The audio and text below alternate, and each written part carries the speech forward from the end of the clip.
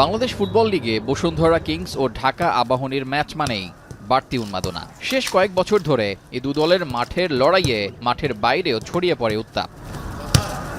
জাতীয় দলের শেখ মুরসালিন, কাজেম শাহ, আলামিন, মিতুল মার্মা থেকে শুরু করে সুলেমান দিয়াবাতের মতো বিদেশি ফুটবলাররা যথেষ্ট শক্তিশালী করেছে এবারের আবাহনীকে। তবে মাঠের খেলায় যেন কোথাও কমতি আছে মারুফুল হকের শিষ্যদের।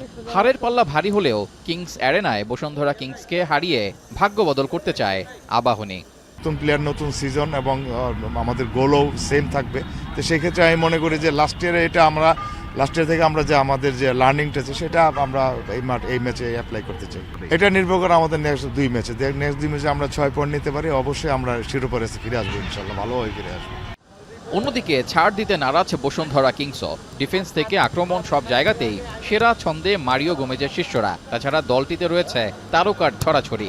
যদিও আবাহনীকে সমীহ করেই মাঠে নামবে বসুন্ধরা কিংস। আবাহনীকে আমরা সবসময় ভালো টিম করে এবং চ্যাম্পিয়ন দাবিদার এবং ভালো অপোনেন্ট হিসাবে আমরা সমীহ করি এবং এটাকে চ্যালেঞ্জই নিচ্ছি এবং বারবারই বলছি যে ভালো টিমের সাথে কিন্তু ভালো খেলা হয়। আমাদের এখন টার্গেট হলো লিগ চ্যাম্পিয়ন হওয়া, এবং যেহেতু গত বছর আমরা লিগটা আনতে পারি নাই, তাছাড়া 2টা ট্রফি জিতেছিলাম, তো আমাদের এই বছরের টার্গেট হলো লিগ চ্যাম্পিয়ন হওয়া এবং ম্যাচ বাই ম্যাচ আমাদেরকে আগাইতে হবে, যেহেতু লিগ একটা লং রেস।